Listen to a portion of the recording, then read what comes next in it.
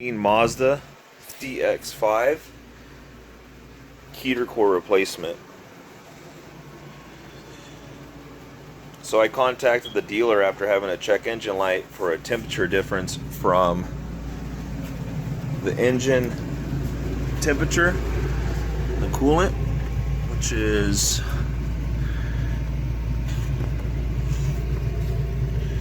it's hard to see, but right there.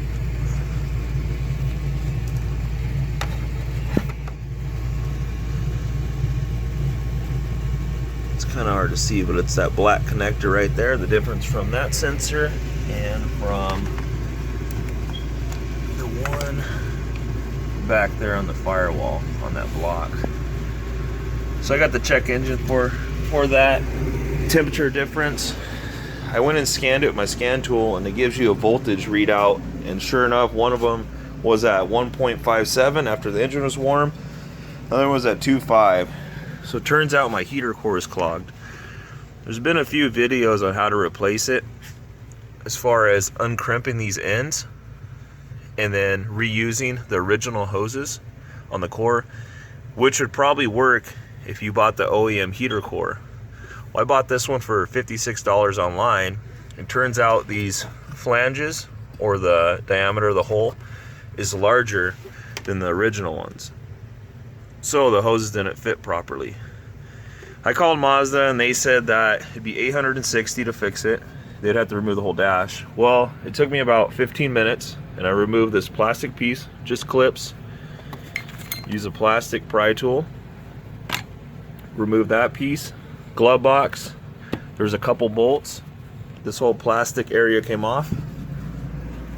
And then I pulled off the blower motor, which is only 3 bolts. Just here, here, and over here. Those 3 and a couple connectors. Very simple. You could have this whole job done only doing it your first time with mechanical experience in probably 45 minutes. So I uncrimped those original hoses, didn't fit, so I'm going to use the ones that came with the core. So there's a plastic clip that goes here, and this is going to retain the hoses on the inside. Okay, so there's one screw back inside here, which I ended up using a Phillips number 2 extended. I put it inside there, and then I use one of these small ratcheting tools that you can pick up for a couple dollars. Worked perfect. Clip came out like that, and then of course I disconnected the hose on the outside. Show you that, and I put 2 clamps so you don't lose as much coolant, as you can see there. There's one clamp on the inlet and one on the return, and there's the holes in the back firewall where the hoses came out. Here's the old hoses, small O-ring. Now what I'm going to do is go ahead and install the original ones that came with it. I'm thinking either way you're going to have to uncrimp the fittings and put these fittings back on there and recrimp it. Or you probably would have to pull the whole dash, because with the angle of the hoses and the way that the heater core fits inside here, which it only has one plastic clip that retains it, which is here like that, and it has one screw, and this unit just slides in and out fairly easy. But yeah, I think you'd have to remove those hoses to feed them through the firewall. Unless you bought the OEM one, you'll still have to remove it. You can reuse them, or you have to remove the whole dash, probably pull out the whole HVAC box. But at least this way you can do in 45 minutes. You don't have to pull the dash. It's pretty simple, and I mean, you could do the whole job for 60 bucks. But I will start the video rolling again once I have everything connected, then we'll check for leaks. Alrighty, back to it. So I got the new hoses installed. For the heater core that I ordered, it did not come with these rubber covers that go over the tubes, so I ended up rolling them back on the original hoses and then unrolling them and putting them onto these new ones. As you can see, I kind of went overkill on the crimping, but I'd rather do more than less, because if it leaks, you probably don't want to deal with it while driving, because it's going to go directly onto your carpet. So I crimped it at 4 angles, and to tell you the truth, the original crimps from the factory, I wasn't impressed with it. I would have re-crimped it anyways. They seemed too loose that they end up leaking. So I'm going to go ahead and reinstall the hoses on the outside of the vehicle and run it probably for about 10 or 15 minutes, kind of let it flow through and just check for visual leaks.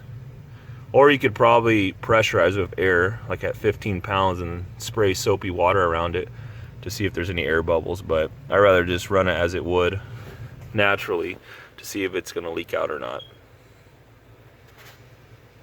Okay, back to the Mazda. I got everything hooked up. I have a bowl underneath to catch for any leaks. The hoses are hooked up by the engine bay, and the pipes coming off the heater core were actually a bit smaller, so I put adjustable hose clamps plus the original ones. Now I hooked up my OBD2 scanner. Ignition's on. We're going to go ahead and read those 2 sensors to see what the voltage are reading. So we got engine coolant temp, and temp 2, escape. Okay, so here's the 2 sensors. We're going to voltage 2 and voltage 1. So go ahead and start the engine. We're going to watch them. They should be pretty close to each other. Before I was getting no difference on number 2. Number 1 was going to about 1.5 and number 2 was staying at 2.5. So there might be a small air pocket, so I'll just rev up the engine. Also warm it up quicker. But we want to see both of those about the same.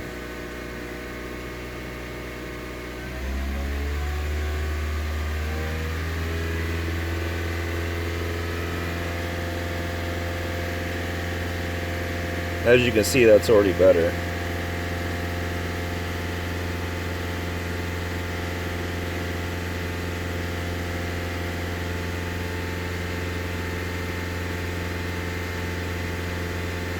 Yeah, I think we're good. Before we had almost no difference on temperature too. Then the check engine light would be set.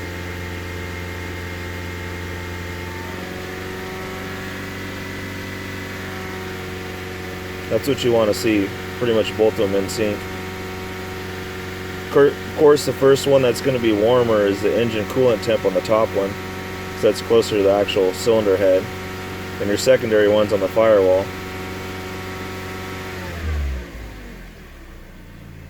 So that looks good. Let's go ahead and check for leaks.